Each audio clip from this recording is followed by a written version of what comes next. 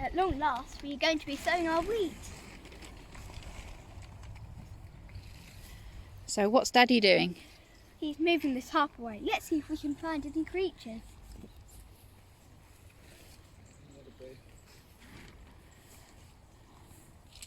It's done well, hasn't it? It's definitely kept the weeds down. We've got some kind of fungal growth there. And there. I'm really pleased to see there's no weeds. Me too. There's lots of bits of slop. That's okay, that's like mud and stuff like that. That's totally fine. I can't see any animals. We've got some hard red winter wheat and we're ready to sow. Go on then. I wonder how many there is.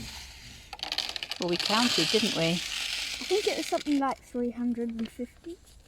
I think it says on the pack. It does. The box said that there was about 80 seeds, and we had a count. 613. 613 in that one packet. It came with instructions and a 6-inch spacer. The line is for how deep to plant them, and this is for how far apart. Yes, so it's 6 inches apart and an inch deep. So how do farmers with big fields sow their wheat? Well, they scatter them. They scatter them. And why aren't we doing that? Because we've only got a small space. We've only got a small space, and although it's okay for farmers who have tons of wheat, it's not very efficient and you do lose some seed. So you'll be using the spacer and then dipping a hole, and we're putting 2 of the wheat seeds into each hole. Okay, So, you ready? yep. So this is our system. We've got 2 in the hole here, placing the spacer, and then we're using the other one. We got 2 because we bought 2 packets. So I'm making a hole,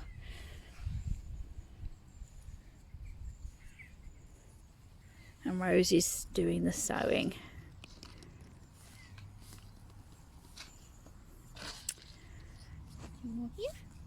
Ready?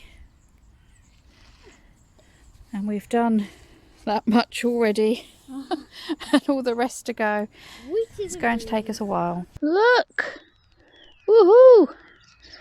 It's a bit difficult to tell what is grass and what is wheat, but I think things like this is wheat. By next autumn, we're probably going to have a harvest. Oh yes, by about August is our harvest. Yay! And this patch of clumpy looking weeds is actually our wheat coming up. As you can see, the clumps of grass are in rows roughly, so we know the wheat is coming up. At the moment it's still very hard to tell between wheat and grass, so in the spring we will give this a good weed with a hoe.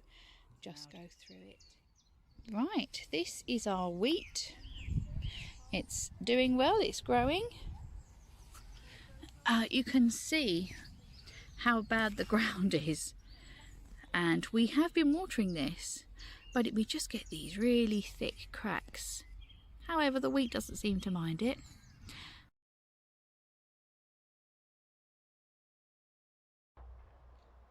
And now we are here at the 23rd of July. You can see the wheat has started to fall over. So we're picking it today. Now we've left it this long because we've had ever such a lot of rain. It's been such a funny summer.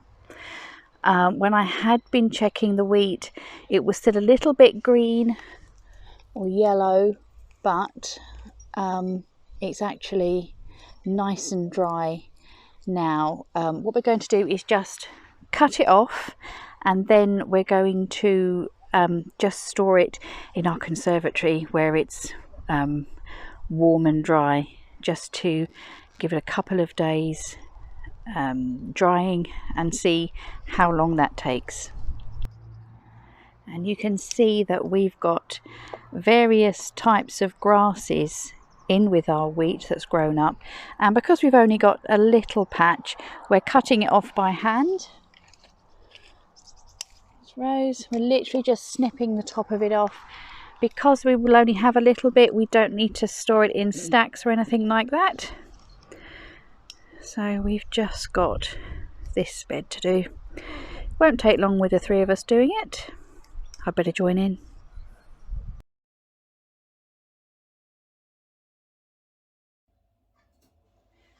Right, now we move on to the threshing. And I've got a food processor here. We're literally just going to put the dried wheat into this. It's just got the normal cutting blade on it. And you could do this in batches and then move on to the sieving and winnowing, but that's best done outside, and it's a very wet day today, so I'm just going to do all of this. Obviously I won't show it all to you, but I'm just going to do all of this today.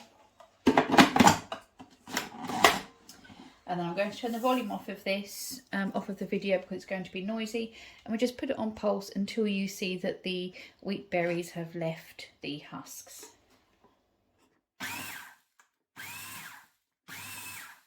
There we go, you can see that.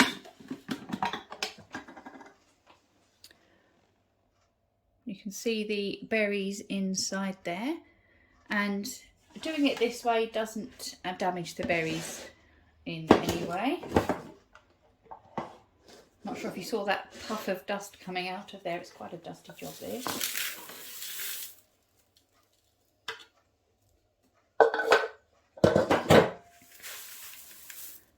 There we go.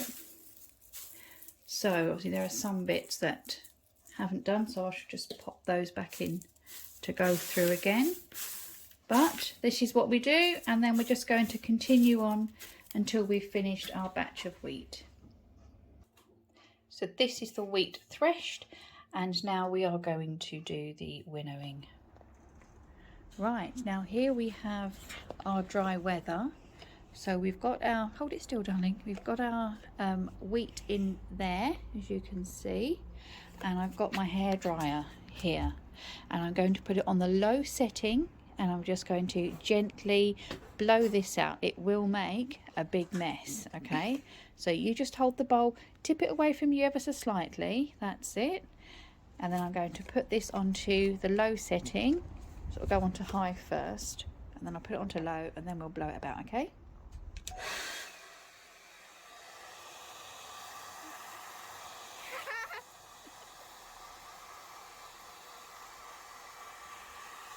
See where the hairdryer sucks in the air. Got to keep an eye on that. Just turn it off every now and again. Just shake that off. Rose is covered. Yeah. I'm covered too. So now give it a little tiny shake. That's it. Stop there, stop there.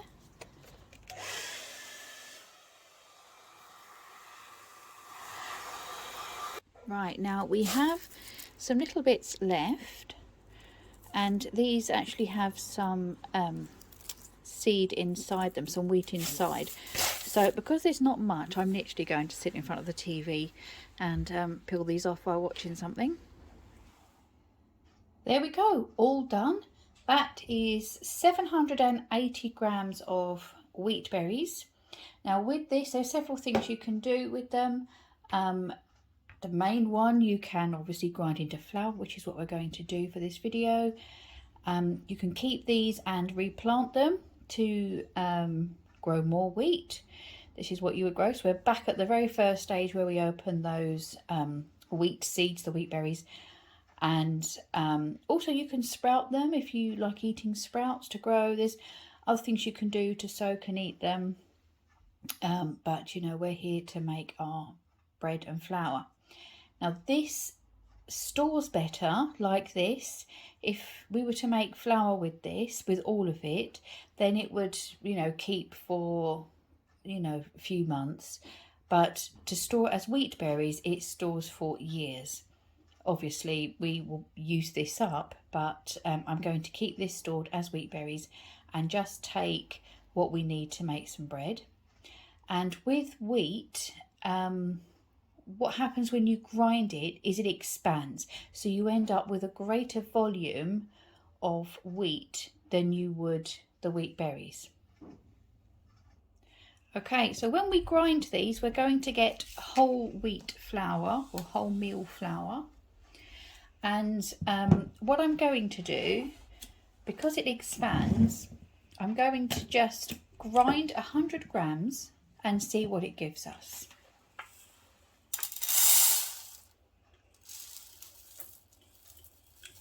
Because I'm going to make quite a large loaf.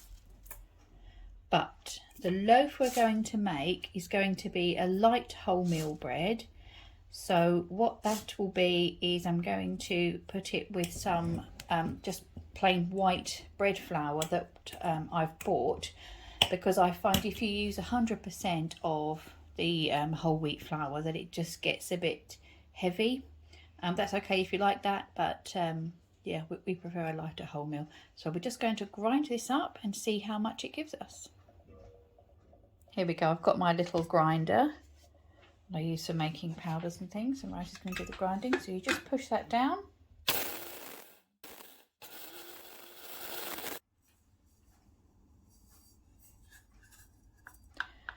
There we go. Right, now 100 grams of the wheat berries, measuring it by weight, has actually made 100 grams of flour.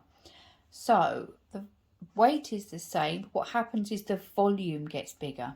So if you're measuring by cups, like a cup of wheat berries, you'd end up with more than a cup of flour. So we're going to continue, grind a little bit more until we've got our measurement we want. We want 350 grams of this wholemeal bread flour, and then we're going to add just 150 of white to it. Right, now, just as a little experiment to see how the volume changes, we're going to put a 1/4 cup of wheat berries in. And we'll grind that up and see what we get left. So we put in a 1/4 cup and we got out 1/3 cup. So it has increased a bit.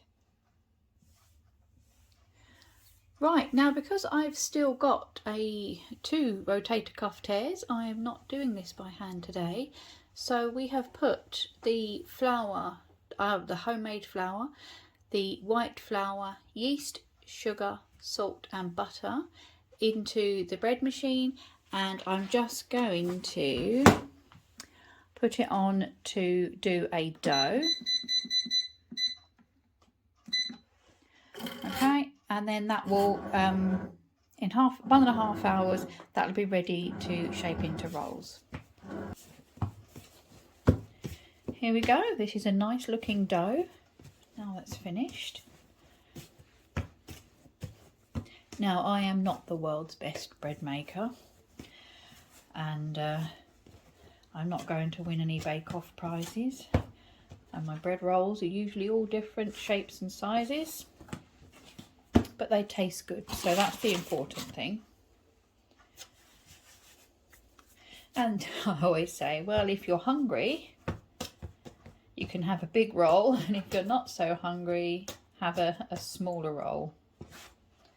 But for you lot, especially for you lot, I'm going to weigh the dough, which I don't normally do. But I'm just going to make some rolls, pop them on a tray. Okay, if you're a baker, look away now. I should say, if you're a bread maker, look away now. As you can see, they are not, they're not going to win any prizes, but this is my bread rolls. We're happy to eat them as they are. So, so the dough has been done in the bread machine, and I've just knocked the dough back, shaped them into these rolls, and then I'm going to cover with a clean tea towel and just pop these in the warmest room of the house until they've doubled in size. And here they are out of the oven, They have been smelling absolutely delicious. They haven't risen as much as I thought because the house is really cold and they didn't prove very well, but we're going to cut one open.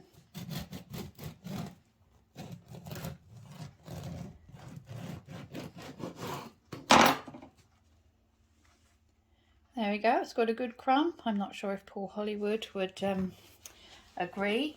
And I'm just going to, we're going to try just with a bit of butter first. Go on then, Rose, have a taste.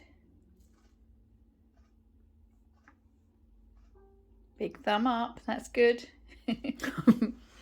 Rose has been eating it and I wanted to video her having some with the homemade boursin on. Go on then, Rose. What's it like? Homegrown wheat, homemade bread and homemade boursin. 2 thumbs. Awesome. So I'm going to link the boursin in the at the end of the video. And obviously I always say, let me know if you make this. This has been such a lengthy process, but worth it, Rose? Lovely. Well, that's it. Our wheat seed through to bread. What an interesting experiment. Thanks for joining us. Bye-bye.